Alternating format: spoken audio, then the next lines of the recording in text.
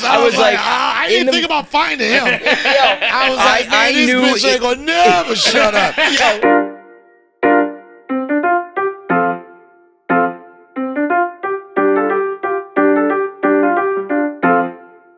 The man, the myth, the legend. Donnell Rawlings in the building. The man, the myth, the legend. I mean, maybe I'm very sensitive, and I've heard people say I'm sensitive, but when I hear like legend and unk and all that type of stuff, I'm like, just say the guy's over 50. You know what I mean? You know another Well, way? I can't call you unk. If I started calling you unk, that's weird. The white guys can't do that. Yeah. But I don't think legend necessarily means age. I think there's definitely like a status to it. Like you've been in the game for a while and you're very successful, but I wouldn't say that just because. You wouldn't say it, but the streets. The streets are talking. I was going to agree with you, Kevin, but then now I'm thinking about it more. Like, no one says Patrick Mahomes is a legend. He's just great. Yeah, he'll be a legend. Brady was a legend towards the end of his career. But, but let's not get it twisted. Legend is like the fucking best term you can be. Yeah, but I would rather you say that when I'm dead. Oh, okay, all right. Yeah. All right. I'd rather so what do you want to be right legend now, when I'm then? dead. Huh? I just want to be the great Donnell Rawlings. No, I just want to be. How would I say? I want to just be nice with it. Okay. Yeah. All right. And with is spelled W-I-T. Sure. All right. Sure. I want Donnell, to be nice with it. Rollins. I want to spell like they do on Instagram. Nobody. I said one. Yo, they said spell D-E-Y. You know what I'm saying? I want to talk like that. I love it, man. I saw the way. I love the promo for New Day. Don't record it all. You can do whatever you want, though. Yeah, but just scan it. I like to scan it. Okay. I feel like we got enough cameras. Yeah, right. No, we're trying out new ones while we got some old ones that back up, so it looks a little ridiculous right now. But we got you covered. It's production, though. I loved the promo for New Day. That was very like, if you know me as Ashley Larry, if you know me from On the Road, if you know me from this show, that show, and it felt to me like you were saying this was not a culmination because you still have a lot, but I don't know. It just felt important. Like there was some gravitas behind this. Reason why I said that because just people know me from different stuff. You know what I'm saying?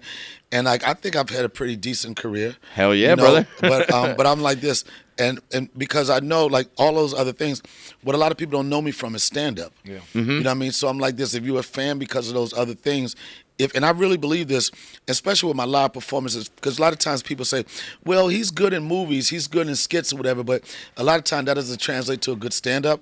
But the thing that I have the most pride in is how I'm as a stand-up. Right. So when I say that, not in a cocky way, but I'm like, if you like those performances or whatever, if you come see me live, I really believe that most people, and especially live, will become true fans of mine because it's like, oh, not only is he a good actor, but he's a good stand-up too. And at the end of the day, acting is like, that's not my thing. I do it, but it's not my thing. I don't pay the bills by it. You know what I'm saying? I don't have any control over my future with acting. It's always going to be someone that says, okay, yeah, we like it when we don't. But with stand-up, you know, after 30 years, that you can't take that away from me. You can't control me with it because my real bosses is not networks, is not corporations. My real bosses, especially in my case, are people that's been following me telling jokes. It's the people. Yeah. I mean, when you can sell out, when you have people buying your tickets, like the owner of the club can't do shit, the studio executive can't do shit. It's like the people. Yeah, and the people the people speak volumes when it comes to how they support you. Right. I saw you perform at Dave's birthday at MSG. Yeah. And I would say out of everyone, it was obviously a killer lineup. It was Shane was on it. There was Aziz. There was Dave, obviously. A couple other people, obviously. But you, I thought, like shines. Like you owned the room. You had to doing the yams, potatoes. Yeah.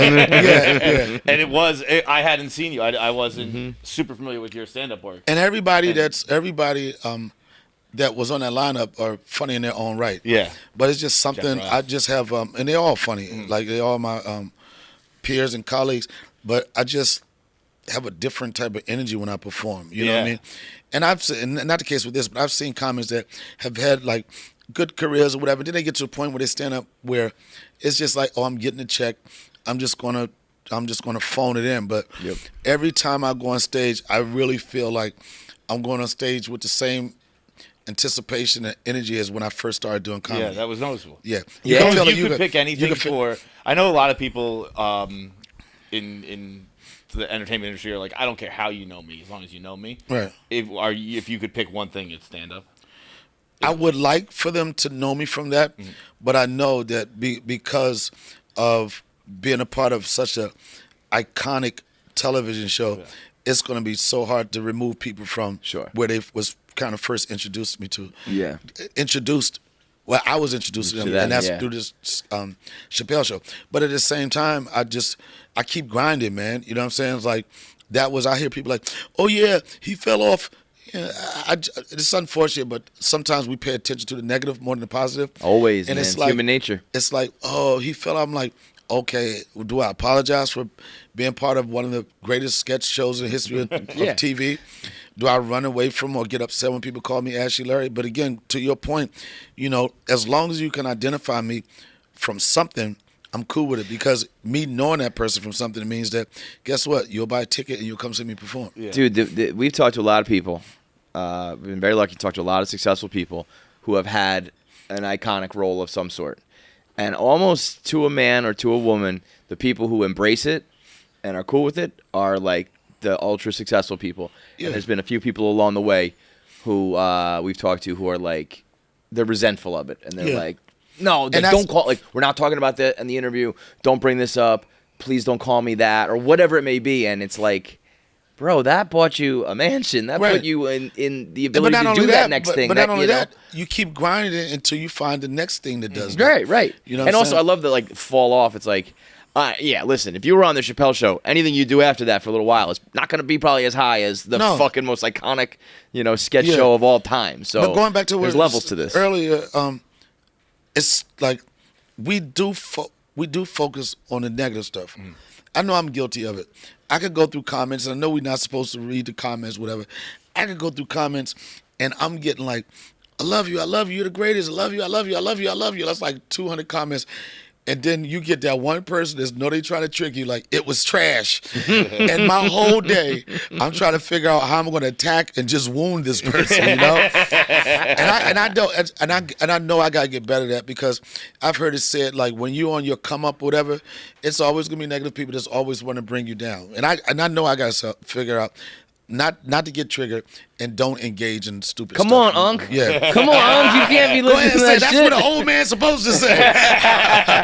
That's called wisdom right there. We were just having the conversation about it, and because for whatever reason, no matter how successful you are, how much work you've done, like the comments and feedback and fans and shit still, find their way into your brain. And and it's crazy how much, like it's not an easy thing to just be like, I'm not looking at that. But it's both sides too. It's like, you can't listen to the people who are just blindly loving you. You certainly can't listen to the haters, but I almost think blind love is worse weirder than blind hate. Because like, I remember Steve Martin quit stand up because he was like, they're not laughing at my jokes anymore. They're laughing at Steve Martin. And that like, I can see that more quickly taking away your love for something. Yeah. But then Steve Martin was kind of that's interesting, because he was a character that you wanted to laugh at. Mm-hmm. You know what I mean? Not in a disrespectful way, but the airborne arrow, and all that type of stuff.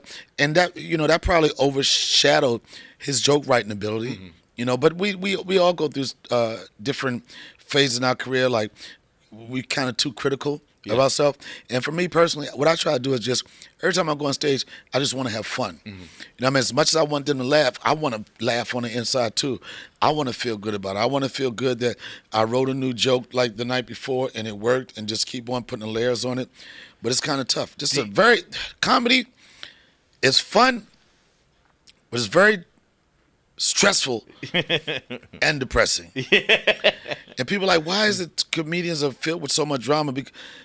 Smokey Robinson had a song where he said, people say I'm the life of the party because I tell a joke or two, but take a good look at my face. Inside I'm crying. And it's like, it's tears of a clown. Mm-hmm. I guarantee you, whoever the dopest clown in America is, he's that way when you paint that smile on his face. But if you take some water and wipe his face off, that dude's probably dark, pissed off, and angry. Because having to make somebody feel good is like the toughest thing to do. I think Robin Williams said that like saddest people are the funniest because they know what it feels like to be sad and they don't want people to feel that way. Or I'm butchering it, paraphrasing it, but it was something along those lines, and I always thought that was pretty poignant. Telling and poignant. And all well, and obviously, I feel like this interview's gonna go from like supposed to be funny to like, and then I just want to say I'm dealing with childhood trauma, and if my father would have came and picked me up from the school, I wouldn't be out here shooting these motherfuckers. I'm a murderer because of you, Dad. You never picked me up when you said you're going to. Then you got to go from that to like, all right, coming to the stage. You see them on Netflix. Give it up for the hilarious Donnell Rawlings. Fuck you, Dad. So 2 guys going to bar. you gotta figure out how to work it. That's funny. You were saying how you liked like trying something new, like something you wrote yesterday kind of deal. We don't do stand up, we do live shows occasionally, and I'm wondering if this translates to stand up. Like sometimes I get like almost a sick more enjoyment out of something that bombs, because like where I'm like I know that. First off, I know you're not a stand up comic. Right? Because bomb is the N word for comedians. Okay. Wait. Flush that out. Explain that to bomber. me. You know what I'm saying? Yo, you bomber. Obama ass motherfucker. As soon as you said that word, I just tuned out. I was like, oh. Really? And on top of my father not picking me up, he wants to use the N word on his show. You're trying to make me kill myself. No, but okay, say bomb. Go ahead. But there's something that doesn't elicit a reaction where I'm like, that was funny. I think it's funnier that they didn't think it was funny. Where I'm like, bomb. Yeah. See that now you have like as long as you know it's a good bit or whatever. A good, and never try stand up. All right, if that's gonna be your energy, never ever try stand up. Bombing. Let me tell you something. I was dating this girl some years ago, right? And we had a pretty like a long relationship. And I saw the red flags that why it wasn't gonna work, because we had just started dating and she didn't really know like comedy like that. And we went to a spot, and I had a set that wasn't that good, right? And she said, "You bombed." I was like, boop. She was like, "You bombed." I was like, bitch, first, please. I was like, first of all, bitch, I don't bomb. I said I might have had a set that wasn't as funny as the last one, but bomb is an ugly word, right? Yeah. And I should have been like, this is over then. Then I went to another club the same night for redemption.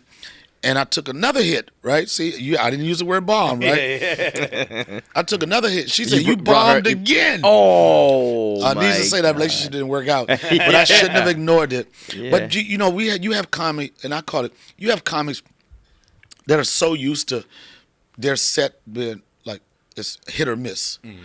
One day I'm good, the next day or whatever. And then I never really liked those comics because what they do is they start writing material.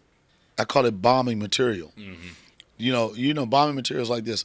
This is the hackiest bomb line you could say.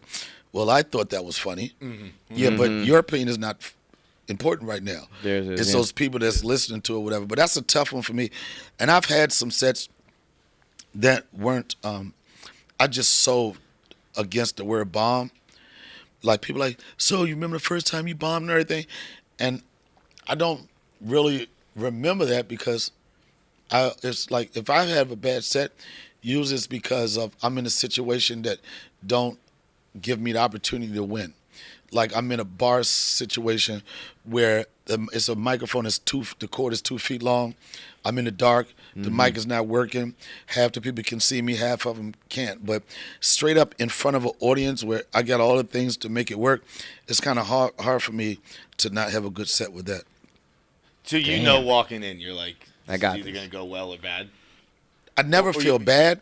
I never feel bad. Sometimes I might not be in the best moods, which could be kind of risky, but I've learned how to one of my mentors years ago said, Donnell, we all go through problems. We have situations. He said, but when you go on that stage, you put your problems to the side of the stage. You go do your job, you're a performer. Then when you get off the stage, you pick those problems up and you deal with them, But I always go in to kill.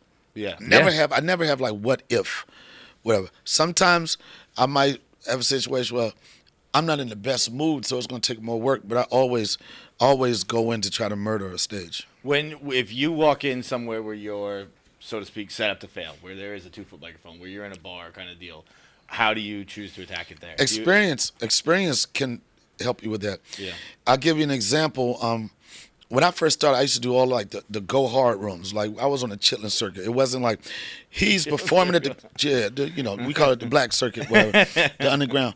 When I first started, those are the places I would perform like comedy night. I wasn't doing like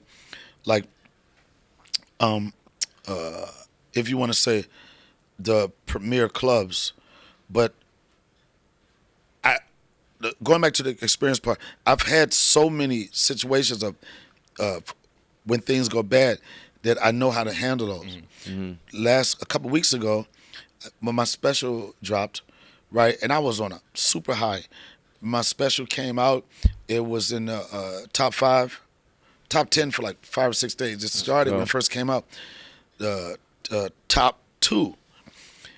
And then the next day of that, I went to Atlanta, and T.I. has a comedy night, right?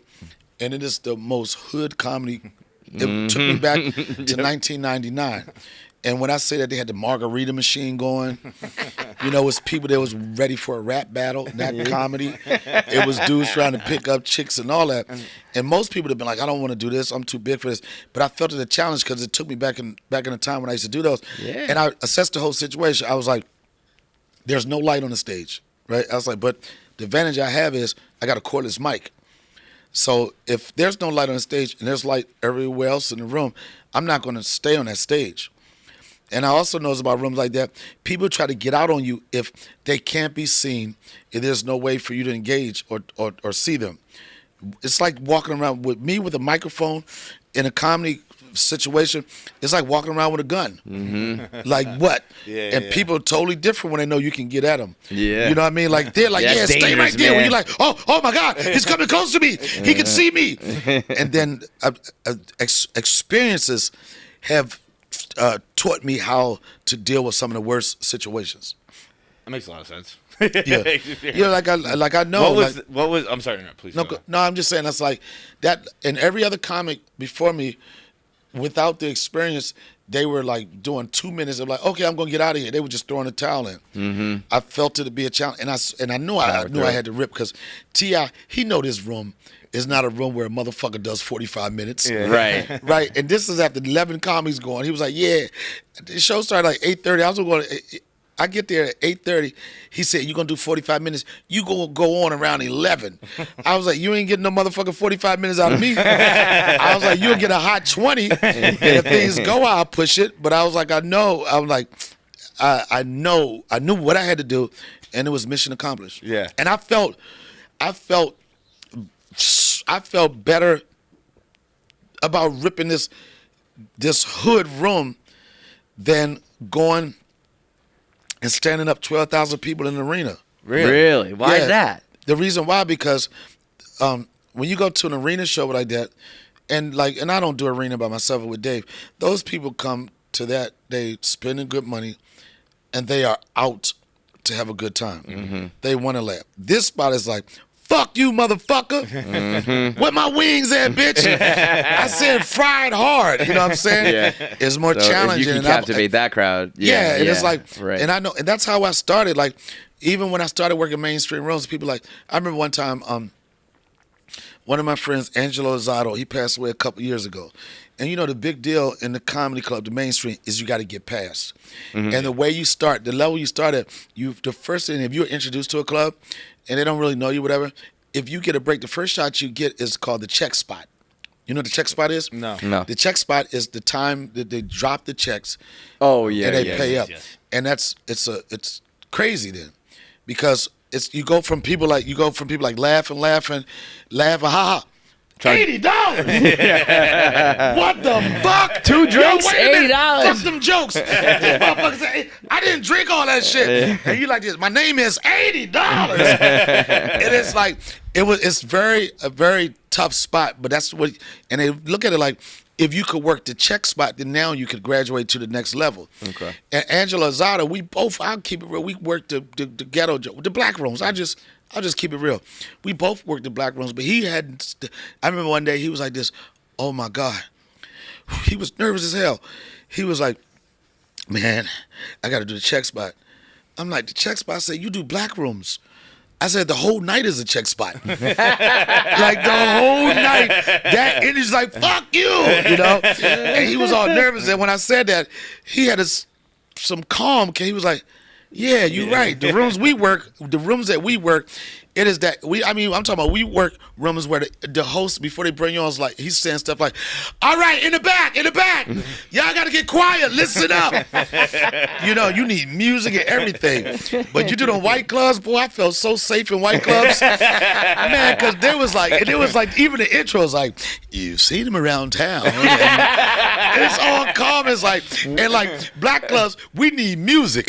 Like for the 3 years, my intro song was French Montana. Nigga, I ain't worried about nothing. And then I would do call and response, and it'd be a white dude. I'm like, nigga, I ain't worried about nothing. I'm like this. And they'd be like, yeah. I think I'm going to fall backward. I'm concerned about some things. There's some things that get me upset, you know. And then I'm telling you, man, when I started doing the mainstream, I was like, this shit is a piece of cake. I had enough time. Like, when you do the black clubs, like, when you do the black clubs, you got your water, right?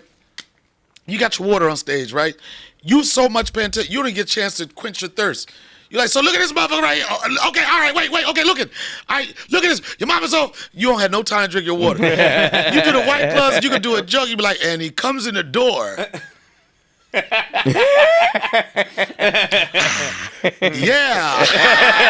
Man, that would have been 18,000 boos if that was in the black club, man. I was like, I could do anything. I could tell a joke at a white club and go to the bathroom and come back. They like this. Finish the joke. What's the whitest club or venue? Oh, man, I don't know. It's got to be like Portland or some shit, right? I don't. Damn, what is the one? Oh, the whitest venue? Yeah. That I performed throughout my career, it would have to be doing the cornfield shows with Dave in Yellow Springs, Ohio. Yeah, that makes sense. That was Midwest white. As Dave calls it, that was like muddy boot white. You know what I'm saying? That was like all Ohio State shirts and shit. Yep. Like everybody had an Ohio State shirt, right? And it's because they went to Ohio State. Mm-hmm. Like when black people wear shirts like that, it's not because he went to that school, it's because it matched our Nikes. Yeah. You know what I'm saying? You went to Maryland, Brown, and Arizona State? Yeah. It matched these goddamn Jordans. But that was white. But the thing is, even with that said, as long as I've been doing it, I am proud to be able to say, you can put me in front of any audience. Oh, man. You know what I mean? Bang, bang audience, stab you if not funny audience, or the ones that laugh like, You know, that range is there, man. But I would say that was like, that environment was the whitest. But but the thing is, I do so many white venues and clubs that I can't say which one was the whitest. Yeah. You guys really translated, like, I mean, I remember my mom, like, look, even in a white podcast, you know? I got time to drink my water. Continue your thoughts. No, it's just, I mean, like I said, my mom loves you, Dave. Like, you know what? I tell everybody all the time. I know this. If I should be proud of this, but I used to say I'm your mama's favorite comedian. Yeah. You know, and it's so funny when people like this, man, my mom loves you. Some people are like, oh, what do you mean by that? But it feels good knowing that that's the case. I did a show, and I was so wrong for this. I did a show at Howard University in Washington, D.C. over the weekend, right? And there was this kid in there. He was 15 years old, right? But he looked like he was like 17 or 18, right? And he was there, and his mom was like, he's a fan. He wants a picture with you. And I said, how old are you? He said, I'm 15. And I was so excited about that because I'm like, me being an older guy in my mid-50s, mid-50s is saying I'm 55. What the fuck am I talking about, right? I'm such in denial. Ageism is a motherfucker, man. I'm in my mid-hundreds, you know. 45 plus 10. Yeah, celebrating this last birthday. You can call me a legend. But when he said that, I was like, man, especially in the world now, it's entertainment where everybody, the newest thing is like, oh, he's just doing it. He wants to be relevant. He wants to be relevant. With the kids, that's their word. Oh, you just trying to be relevant. You're not relevant. I got a career over 30 years. You can call it what you want, but I had sustained the test of time, right? So he's like 50. He was like, his mom said he's 15, and he was like, I was like, you want a picture with me? He was like, he was like, yeah. I mean, he was tall. He was looking down. He was like, yeah. And I told him, I was like, look at this, man. I was like, this is another generation that are fans of mine, right? And his mother was over there. His mother was hot, right? And I was like, oh, that's so awesome, man. I said, is that your mom? He said, yeah. I said, man, I would fuck the shit out your mother. You want this picture? Tell mom, let's go, right? And mom looked very fuckable, right? And everybody was like this, I would fuck his mom, too.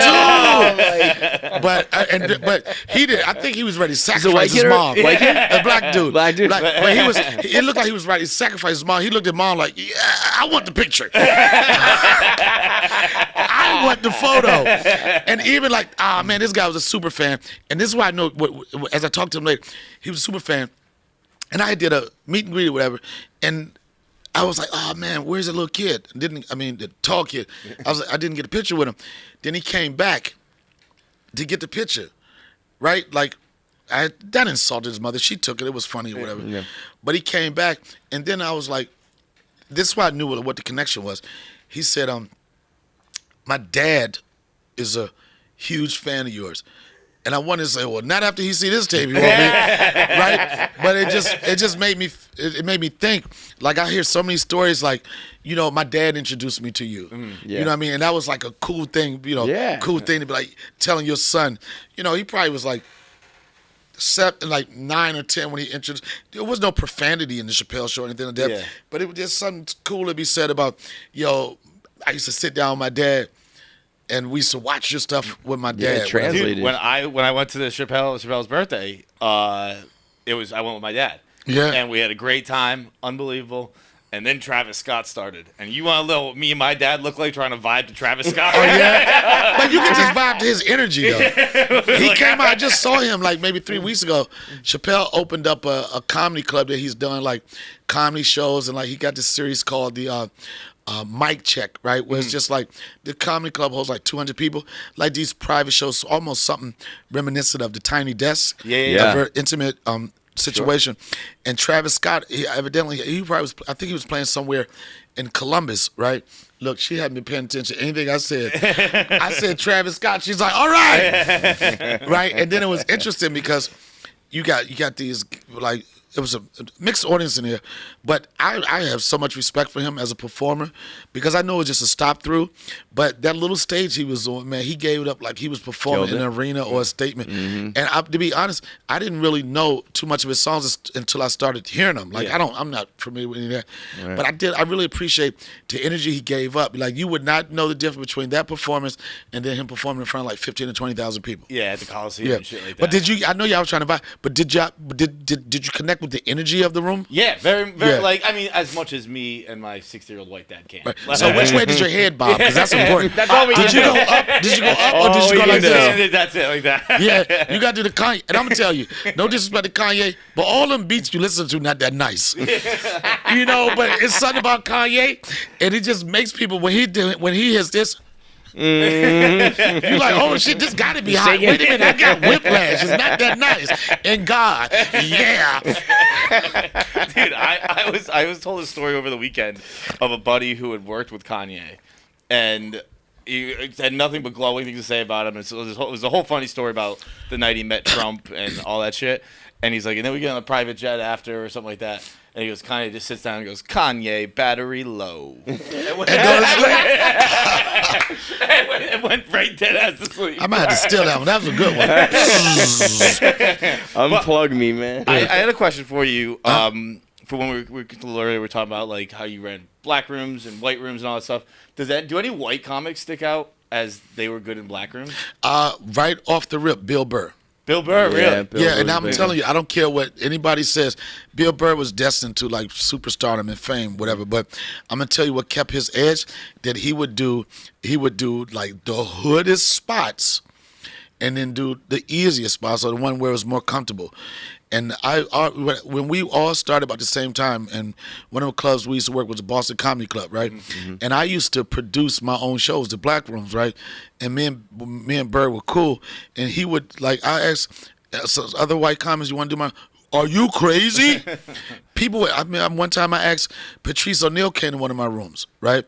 And I was like, you want to go up? He said, nigga, are you fucking crazy? No, really? Wouldn't do it. Yo, but Bill Burr. Patrice is... Yeah, but Bill, I'm telling you, I had some rough rooms. But Bill Burr, he would Patrice come... being afraid of a black crowd is hilarious. Yeah, but you got to realize that he didn't come up from the black circuit. He came from the water drinking circuits. Yeah. Where you could do it. He was hydrated. He was hydrated. And that's funny. Don't do another one, because next thing you know, you're going to be like, coming to the stage. But he was used to a certain environment, and I'm telling you, the rooms I used to do were very intimidating. But Bill Burr, he didn't give a shit, man. And I'm pretty sure that was part of the thing that made him such a tough comic. Right. Shit, I remember when we were doing, back in the day, after the Chappelle show, or during the Chappelle show, I came up with the idea of doing this tour called the I'm Rich Bitch Tour. Sure. And it was me, Charlie, and Bill. Charlie had just probably done stand-up maybe one time in his life. But I was like, we need this money. Just go up there and say, Charlie Murphy for 30 minutes. Just go up there and repeat lines from Chappelle show 10 minutes. You the draw, so I'm the draw. And at this time, Bill Burr wasn't a draw at the time. And I know people like, what do you mean? I'm talking about Bill Burr that was about to break away.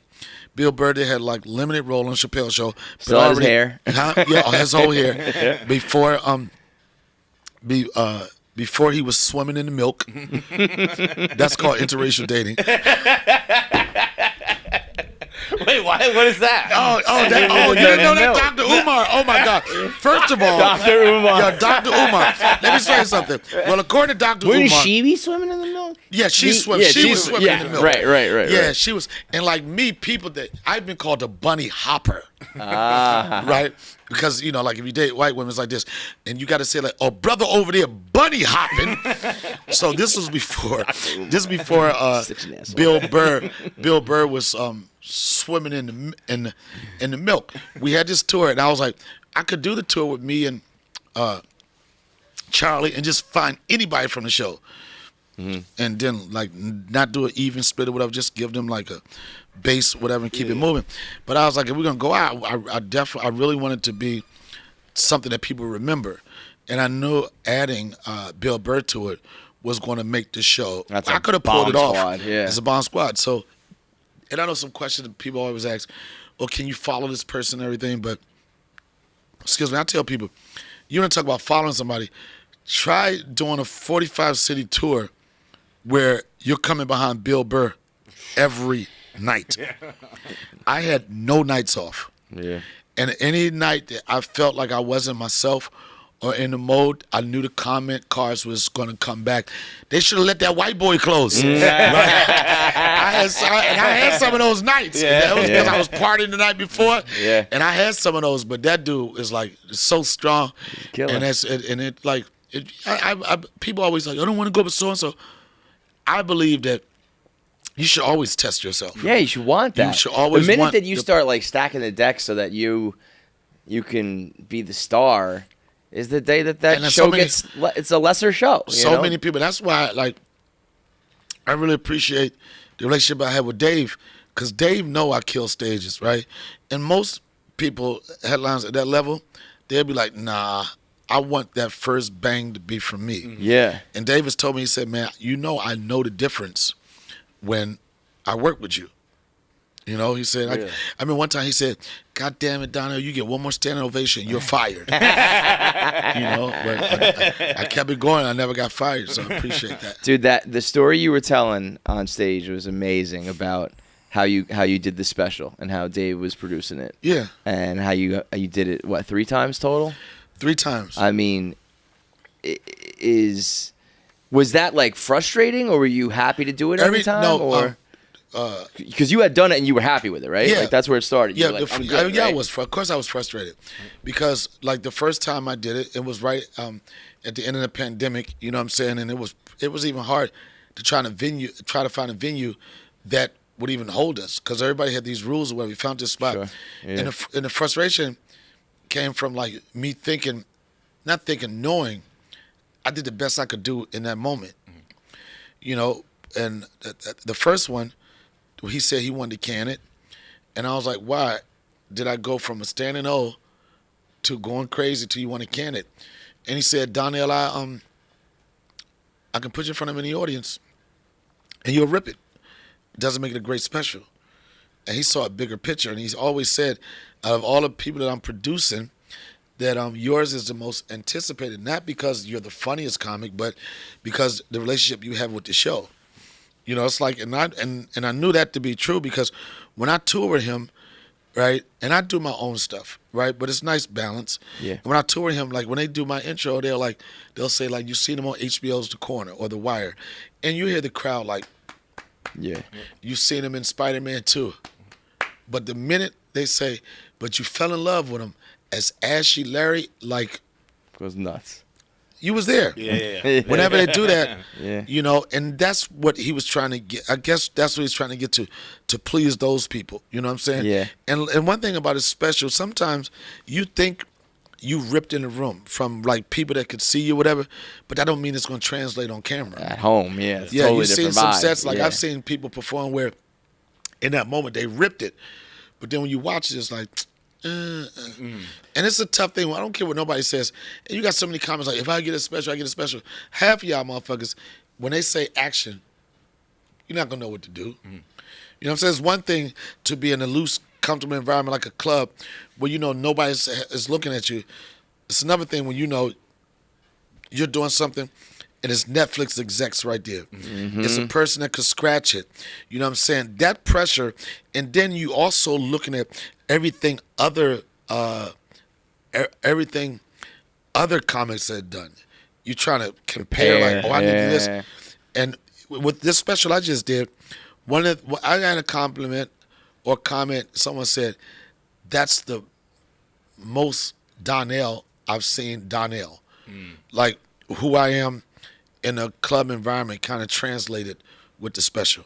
Now, when Dave's saying we want to can this one, shelf this one, whatever it is that because of your performance or energy in the room? Are you adding jokes in between? No, what it was he said, I was like, okay, you got to explain to me. He said, I've seen you do these jokes better. Okay. Right? So you weren't changing jokes. I wasn't changing jokes. And I was like, Dave, I've seen you do jokes better than what you've done on specials. You know? And I said, in that moment, like, it's hard for you, like, what did it represent right there? You taken away from you ever seeing me. You take away from you know that a certain way I can do it. Does it still translate as funny? He said, yes. I said, is that enough? He said, no. No. Right? And he said another thing was that I had a lot of COVID-related jokes. And he said, if you drop those, then it's going to date the special. Right. Like, it's 2024 right now. Nobody wants to be hearing COVID shit. Nobody. Yeah. But even if you hear it, it reminds you of 2020. Yeah. So we did that. We scrapped that, and then maybe a year later, we were doing some shows in Napa Valley, and Dave, he records all his shows. So he looked at one of the producers and said, "How many cameras do you have tonight?" She said 5. He said, looks at me and said, "Do you want to shoot your special?" I said, "When?" He said, "Now." On the spot. So you were ready to just do your set, like, I was ready easy, to do my set, relax, whatever, and all of a sudden you got to shine. But then I always got to shine. Well, yeah. You know what I'm saying? Like, I always perform like I'm shooting a special. But I kind of got excited about it. I was like, there's no anticipation. There's no, like, executives there. There's no, it's like just, we was going to shoot a special on the low. Nobody knew it. Yeah. Shoot it, turn it into Netflix. Did you tell the crowd at all? No. I didn't want that. I didn't want nobody to know. Is it intimidating, or are you just close enough with Dave now that it's like, you're comfortable around him? But in that moment where it's like, all right, this is number 3. Like, I want this to be fucking done. I got to nail this to the point that Dave says. I told him to stop fucking with me. Was that, if he asked for a 4th one, would you have done it? No, not that. If a 4th one? Yeah. I would have been burnt out. Yeah, because at some point it's diminishing returns. It's like, yeah, but it's like like even when we were doing this, like a lot of times when I perform on a tour with him, he never sees me perform because he's in his green room. He don't come out. And I remember one time we were on a flight, and I said, I got a great idea for a promo. And he said, you worrying about a promo? You need to be worrying about your jokes. And I said, I'm not going to let you talk to me like that, Dave. I said, if you would come out your green room, or if you would watch the tapes or the video, the footage that I showed you or sent to you, you would know how insulting of a question that was to me. Because every step of the way, every criticism you've had toward me, whatever, I've done my homework. Like if you would see me work. If you would watch it, you would see like, oh, he listened to what I said. You know what I'm saying? Doing more jokes that's personal to me. You know what I'm saying? Not doing all the topical stuff. Even on this special, I only did probably one joke that you would know this was a period of time. And that was a joke I did about the Alabama brawl. Yeah. You know, and I was like, people. But that's almost. That's topical, but it's classic. That's going to be talked about forever. People are going to remember that forever. And even though remember it, in the show I said, if you don't know about the Alabama brawl, Google it. So I'm pretty sure the people that didn't know about it, they were at home, were like, just pause and like, oh, let me see that, you know? Yeah. And I just like. What a moment in time. But I told him, I was like, I'm doing my homework. I don't know if he knew that. I'm like, I'm doing my homework. And then when we did it in November, you know, the other day he was like, man, you know, he said, don't let negative energy get into your head right now. He said, people are going to try to be super critical of you, whatever. He said, but I'm telling you, the streets are talking. He said, you hit a home run. Yeah. You know, he said, you hit a home run and went bullseye. And then the thing about it with this, going through it as many times I did, moving forward to the next one, because I'm going to do another one. I'm just telling you that. It's going to happen. I'm just going to have so much experience on the know-hows of making it a great special. And the only thing it can do is get better from here on out. That Alabama brawl almost felt like a Chappelle Show skit. Really? That was like a real life, you know. But the thing about it for me is like, I know people probably think it was a plan, but I had already had intentions on doing that joke. No. I mean the actual brawl. Yeah. Like the brawl happening. I was like, that felt like a skit that you guys would have performed back on the show. It was but I was going so ridiculous. I misunderstood you, but even in a special when I do the bit, and the thing that was the significant part of that joke was a guy throwing his hat up in the air as a calling card, right? Yeah. And you couldn't ask for anything better than this. I'm in the front. I'm like looking in the front row, and there's a dude right here with a blue hat, a baseball cap on. I was like, look at God, man. And I was just hoping he wouldn't be like, fuck you, get out of here. I got a receding hairline. Fuck you. I was like, please be a good sport, right? And when he gave it, man, but I'm telling you, I know that he probably got groupies now. Yeah. He was like, you know, that's my hat he threw, right? I still got it, right? But when he did it, and when I threw that shit up, like the room exploded, and then when you look at it on camera, you see it go up and disappear. Then you see it come straight back down. I'm like, oh man, I should have gave him about $1,000 after that shit. Let me buy that hat, bro. That was good, and that's when I really felt like that I was off to the races. Yeah, because even when I did it that third time, I was like, Donnell, don't take yourself that serious, and leave yourself room to be you. Leave yourself room for something spontaneous to happen. Because there are different levels of laugh you can get at a show. You get the laugh that you've been hearing all the time. But then the audience know when something happened in that moment. You got this laugh, but that spontaneous laugh that goes like this. Yeah. Yeah. You can't. There's not going to be a joke that you can write that's going to be stronger than an improv laugh in the moment. Right. And you hadn't had any in the first two, I imagine. What? You hadn't had any spontaneous. No, because I wasn't taking chances. Yeah. You know, I was just like, just stick to the script. Because some part of it, you know, you can be loose all you want, but you still have to have some structure. You know, and you got to have some structure too, because now if you do like 2 tapings, you got two shows if you want to edit in and out of. You know what I'm saying? Right, one set, you might have forgot to set up. They might could tap in, but this special, they only used the second tape. It was smooth all the way through. The whole way through. Yeah. Wow. How often does that happen? Because I've heard that. Wait, the second or the third? The second. No, second. The second taping on the third shot at it. Got it. Yeah, yeah. Second, So many, third time. yeah, so Sure. many people.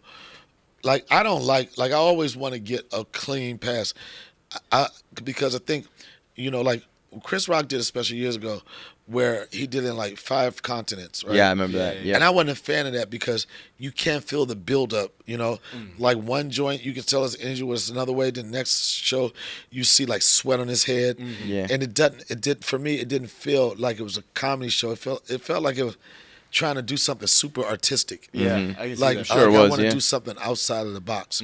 I don't want to, use this for the first show. I want to bang that shit out so you can feel it. I don't want no fake laughs or any of that. Mm-hmm. And we got it done. That was out in Napa? No, this was the last one I did. This was last. The Napa joke, the Napa show, I murdered that, but he didn't want to put that one out because he didn't like the production of it. He was like, because we were just winging it. But then after he thought about it, he told me, it's people moving around, walking around, going to the bathroom. It wasn't like, all right, guys, we're doing a show. Don't move. Yeah. It wasn't that. But then I said, well, live at Sunset Strip, one of the funniest jokes you remember is when white people came and their seats were gone. Yes. When he yes. talked about that, it was like, I was like, yeah. let's just keep it real and honest like that. Yeah. I can see that. We've talked about kind of stuff like that before, like having the grittiness of, like a comedy cell or something like that. Yeah. But then on camera, it does kind of take you out of it when you're seeing the heads pop up and and walk around. Like But I didn't give a shit. At that point, it was a second stab at it, and I just wanted to, I wanted to get it out. Be fucking done. Yeah. I wanted to get it out, and it's like my career was moving swell. But with not knowing when this special come out. How long from when let's say the first time you nailed it and you're like, all right, we're putting it out, and he said no, to when it actually came out, how long was that? 2 years. Wow, man, you are a patient motherfucker. Yeah, but is there anybody else that you would have listened to like that much? Or no, is it because just nobody Dave? else was gonna give me the money that he got me. I listened to that It's easy shit, to but- wait for 2 years. Yeah, money talk If the check bullshit. cleared, Right? right? But the thing was, it got to a point like my agents were like, "When did you have you talked to Dave? What's going on?" And I said, "Fuck that special." I said, I don't want to wait for a special to make phone calls and shit. I said, let's just keep going what we're doing. Yeah. I said, just act like the special's not going to come out. So what are you going to do for me if the special is not going to come out? You still got to work. Let's just do that. And then when the special come along, all it'll do was enhance. Just like a bonus. Big up. It's a bonus. Yeah. Damn. 2 years is a long time, though. Yeah. But it was like, one thing, it was 2 years, and I'm like doing 3 gigs a year. But I didn't notice the time going because I was too busy. Yeah. I was still doing like fucking 45 weekends a year. Jesus In fact, Christ, I literally had to find time to do the special. And you said you balance it, like you go out on your own tour, but then is it something like Dave will call up and be like, you want to roll with me for a few weeks or a month or whatever, or is that all scheduled out? It's like that dude today, like, all right, we're gonna do a spring tour. When starting in a week. Yeah, I was gonna say he feels pretty At like clubs, spontaneous. no, arenas. No, arenas, yeah. Yeah, you like just announced an arena tour and it's sold out. So That's nuts, man. it's a different level. I do the stuff with him. I do my stuff. You know what I'm saying? But it's going to come to a point where we have a great relationship. But it's going to come to a point where I'm doing my own arenas. So yeah. my schedule may not allow me to do that. And then after a while, he's going to kick me out the nest anyway. Yeah. He's already made comments like, not in a bad way. But it's and time I for stand you on to, my. yeah. But this is what people don't understand. Whenever, first off, usually when I do shows with Dave, I have to alter my schedule. Like I do a lot of club days. So if he announces, if it's like a certain amount of time out, if he announces he's going to do a tour, say it's a month out, I got enough time to move my dates around. Yeah. Like it's never been a time like, I hope he calls, I need work. Yeah. It's Right, always like, right. I'll make it happen for you. Yeah.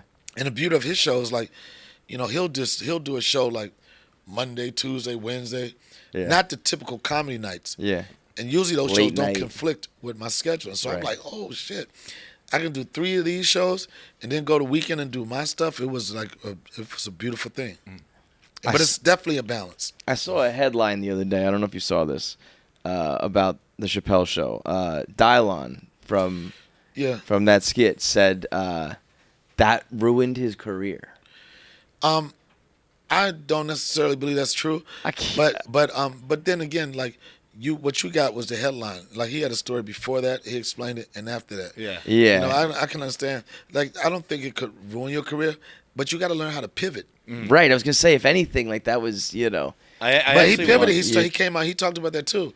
He came out with a beer, right? And I think it was created and distributed in Jamaica, whatever it's called, Top 5. Right. He kind of took advantage of that. The whole thing is like you could sit back and complain about everything, or you could try to figure out a way to use it in your favor. Shit, man, during the pandemic, I wasn't making no money as a stand-up, and I knew Ashley Larry was popular.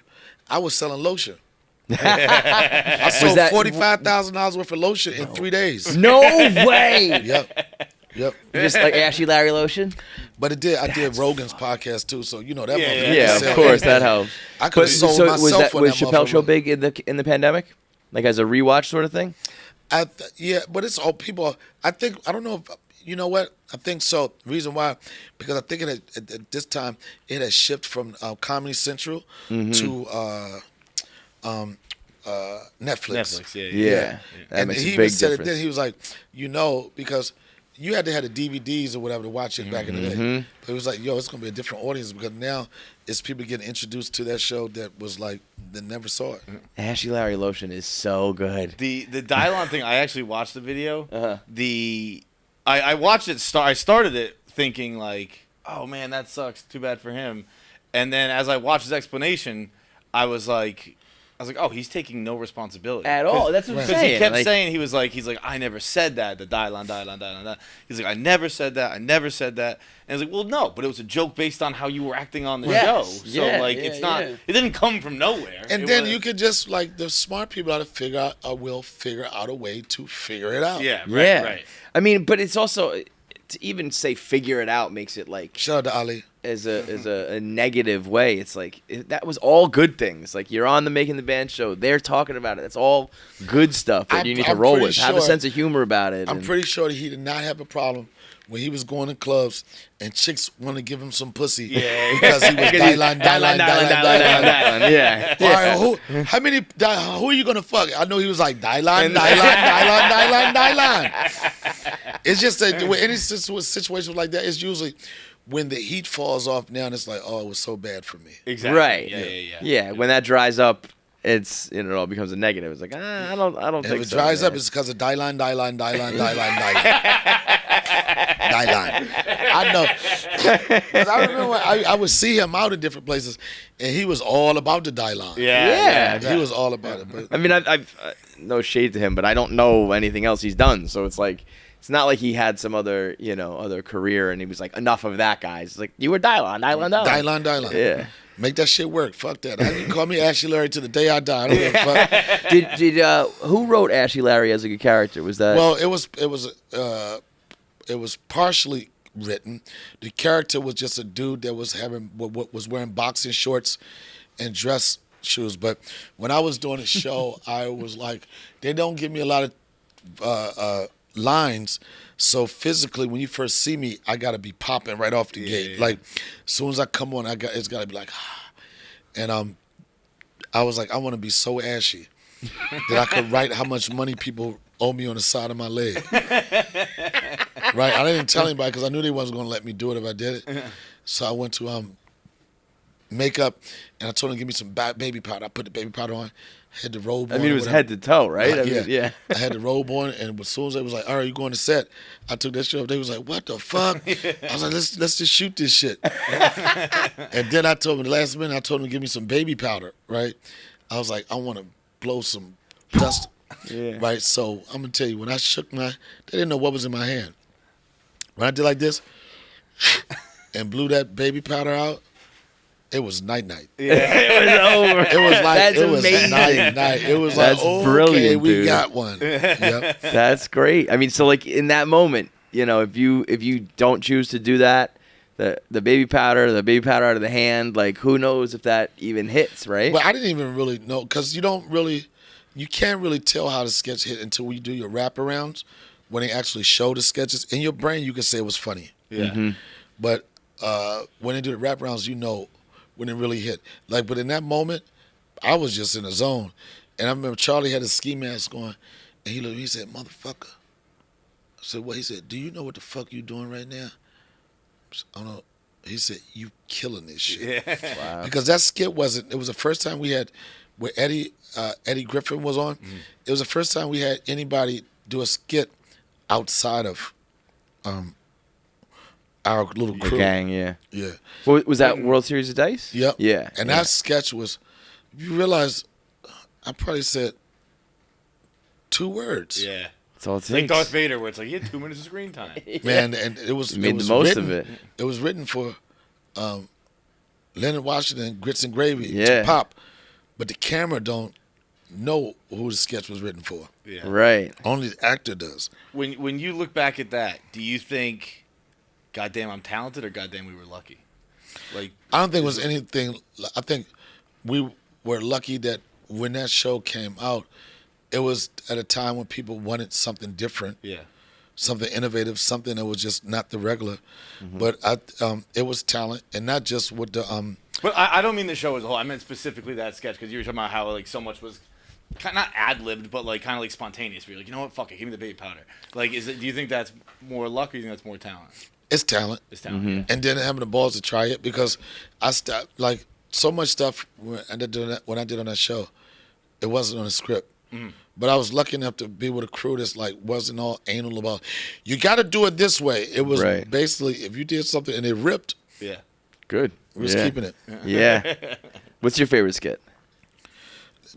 My favorite sketch and I was only in it for like 2 seconds, was the Wayne Brady sketch. Yeah, crazy. Because the way the sketch was developed, as a, apology to Wayne Brady, if you want to say, and then the fact that it was a dramatic sketch, it wasn't like trying to be funny. It was the characters stood out and made it funny. Yeah. And it was so damn serious, man. Like, other than, like, Wayne Brady was amazing.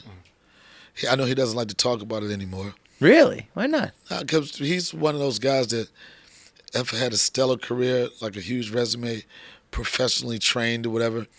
And I don't think that he wants people to remember him as the guy that had to choke a bitch. Yeah, I get that. He's got a little bit of a different audience. He's got a different audience, but I know when But again, it's like you said about it, embracing Ashley Larry. It's like, it resonates.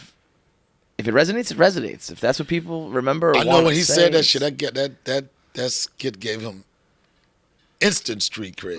Yeah. He was like, "Oh shit, it's Wayne Brady's son." That was so dope.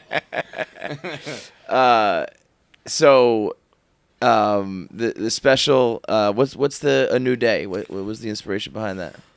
I was listening to that song by Nina Simone for a while, and it was just started to resonate with what I thought my life was.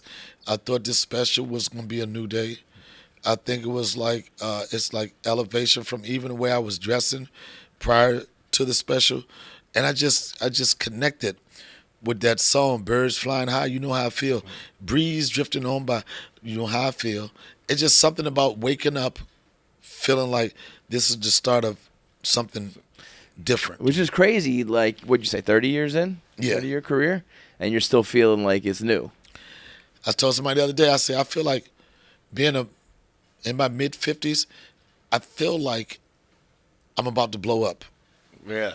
And that's not a feeling easy for a 55-year-old comedian to have. Yeah. Because a lot of times you don't have the resources, you don't have the connections. You're funny, but you're not going to meet these right people unless you do it independently. But what 55-year-old has the energy to be like, you know what? I'm going to get my TikTok followers up. Yeah. You know what I mean? You just lose incentive and like energy at a certain point. It's like this, you know what? I'm cool with just making 6 figures, cracking jokes, but for me, I still have youthful energy. I'm still looking for the next best joke, and I still can make people laugh, and I'm not washed up. I was gonna say I don't think that's happened. I don't think that's ending anytime soon. No, not at all. We asked it's a new day. Burr this the other day, where he was talking about blowing up and getting bigger and all that stuff. Do you find that you're chasing the applause more or the money more? Not the money at all. Not the money at all. Yeah. the applause. Yeah. But more applause comes more money. It's a nice little side effect. Yeah, it's inevitable. Like I'm even noticing now, like Jadakiss when he did that battle, that versus, and he blew it up. Next day it was like yesterday's price, not today's price. But that's never. Man, that was money classic. has never been my incentive. I feel like if you're doing it for the money, you might get. If you're talented, you might get there. But then when you get there, you lose the hunger, the grind, always. whatever. I never thought about being. I never thought about being rich. I never thought about being famous. Only thing I wanted to do was be good. That was always me, wanting to be good. Didn't argue about money. I was like, because I told myself, and I knew if you're good and you got the work ethics, it'll turn into money sooner or later. Sorry, my son keeps calling me. He's sick from school today. How old is he? He's 6. Oh, He's got strep throat, and he's just playing video games all day and keeps calling me. And I got my phone set so that let me turn it off so he'll stop. He calls me like nonstop. What are you doing, Dad? I'm like, I'm at work, motherfucker. So we just turned this into a dad podcast. Yeah. What I got to do is start pulling out pictures of my son. And here's my son when he broke his ankle, motherfucker. And guess what? I'm different from my dad. I'm gonna go see him. He will not deal with childhood trauma. Nah, that's a good feeling, though. I understand that shit. That's the only, I'm telling people, like, do you ever use your celebrity for anything? The only time I ever want to use my celebrity is in like Universal Studios lines. Anything that has to do with getting on a ride or like just going through something for my son, that's when I won't be like, don't you know who I am? I'll be like, are you a fan of so-and-so? But that's the only time that's the only time I will abuse my status. My son got a YouTube channel, right? How old is he? He's 8. Okay. Right. My daughter's 8. But look, she dabbles in that a little bit too. And I didn't even know it, right? So he was talking about his YouTube channel one day, and then I said, why you didn't tell me about your YouTube channel? I can help you. He said, Dad, I don't want those problems. What the fuck? No. 8-year-old? I don't want that. Because the reason why, and I respect him for it, because he know I could just be like, hey, follow my son. Yeah. He want to get his followers one at a time. He want to be a nepo baby. Yeah. I respect that. What an idiot. He don't, but I know he's a really. I was talking to him. What is he doing? He's into Roblox like all kids. My kid is fucking and like programming. He's Roblox. into like art, and he's like he wants to design his own games and I'll stuff be honest, like that. I know a lot of people, think being on video games is bad and screen time and all that, but like some of the shit that they're doing is. I lost my son at an amusement park some years ago, right? Very embarrassing story. Well, I need to say I found him, right? But I had a scare like that once. It's the worst feeling in the world. It's the worst feeling in the world, right? But the worst feeling for me was like, man, his punk ass mother ain't gonna never let me live this one down. That's what I was said. like this. I was like, I didn't think about finding him. I was like, man, this bitch ain't gonna never shut up. You remember that time you lost your son? I was like, man, there was no danger. I wasn't even looking for my son. I was like, shut the fuck up. Kids get lost every goddamn day, bitch. I knew in the moment, I was like, I'm a little bit scared, but I know everything's going to be okay. But if this goes like 5 minutes further, their mom's going to find out, and it's going to be a nightmare. Yo, mine was for 30 minutes. Wow. I was going. That is like legit, like lost, right? Like, yeah, like he was. But here's the crazy thing. At what age was he? I tell a story about it, and I saw this police officer, right, and I looked at him, and he looked at me like, "You fucked up." No, like we got him. Oh, okay. Right, and I had to say thank you to the police, which no black man in America wants to do. That was the toughest part. Saying thank you, I was like, right? Back to blue, sir. Yeah. Thin blue line. But the funny thing, the interesting thing about it was, when I asked the cop, I said, how did y'all find him? They said, we didn't find your son. Your son came to us. Fuck that. I'm like, you a snitch? I'm like, this. We don't talk to police in his family. No. But the crazy thing about it was, once I got him, I had a decision. I was like, I want to say, mommy doesn't because he was still shook. Yeah, we don't need to tell Mom about it. But then I was like, I don't want him to get used to we telling him to lie. Lies. I know. I did the same thing. I remember being like, Mom doesn't need, whatever. Just tell her if you want to tell her. I said, I got to get, but the crazy thing about it was, I said, I said, what did he say when he came to you? The police said, your son is very smart. He said, my dad is a popular comedian, and he's on Instagram. Wow. Right? So later, I go check my DM. You don't check your DM when you're looking for your kid. That's so fucked up. Right. Like you on Instagram looking at your son like, oh, yeah, I got 3 likes on my son being lost. Right? And then when I thought he said Instagram, when I looked into my box, it said, hey, this is Officer so-and-so. We have your son at gate so-and-so. Really? That's right? crazy. But I'm glad I didn't respond to that because then the police were like, how the fuck you on Instagram and your son is out here lost, man? The only reason I found mine was quick. It was not that long. But we were at an amusement park. Her brother didn't want to go on this one ride, so I sat with him while she went on, and I had my eye on her. I don't know. She got off that ride, and rather than coming to me, she just went on another ride.